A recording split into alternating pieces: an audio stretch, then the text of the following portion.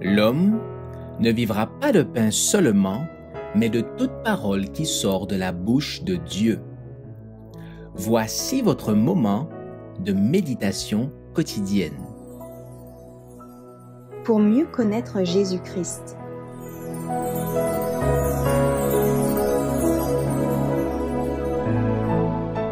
La parole faite chair, le 19 janvier. Et la parole a été faite chair, et elle a habité parmi nous, pleine de grâce et de vérité. Et nous avons contemplé sa gloire, une gloire comme la gloire du Fils unique venu du Père. Jean chapitre 1, verset 14.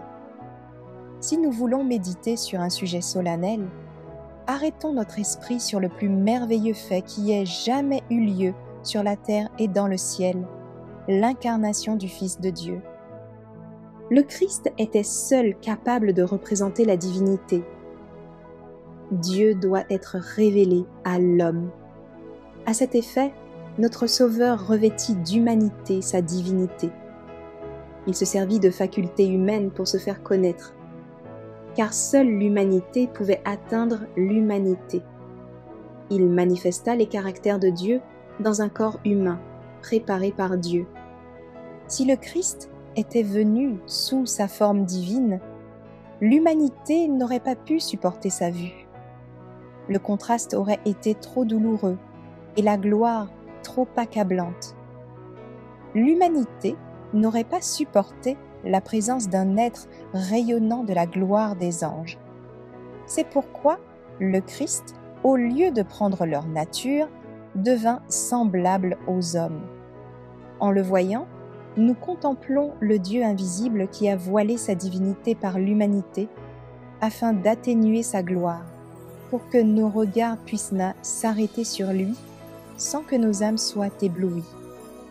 Ainsi, nous admirons Dieu au travers du Christ, notre Créateur et notre Rédempteur. Nous avons le privilège de contempler, par la foi, Jésus, qui se tient entre notre humanité et le trône éternel. Il est notre avocat et présente à Dieu nos prières et nos offrandes comme des sacrifices spirituels. Jésus est notre propitiation et par ses mérites, l'homme peut entrer en relation avec Dieu. Le Christ a introduit son humanité dans l'éternité. Il se tient devant Dieu comme le représentant de notre race. Revêtu de l'habit de noces de sa justice, nous devenons un avec lui. Et il dit de nous, « Ils marcheront avec moi en vêtements blancs, parce que ils en sont dignes. » Apocalypse chapitre 3, verset 4. Ces rachetés le contempleront sans voile dans sa gloire.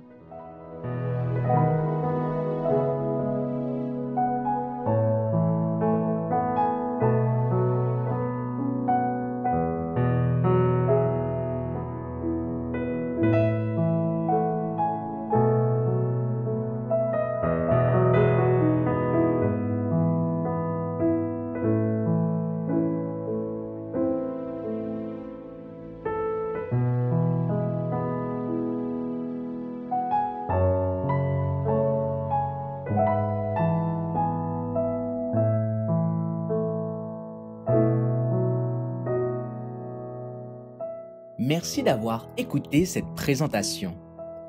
Assurez-vous de nous rejoindre demain pour votre moment de méditation quotidienne avec lereste.org.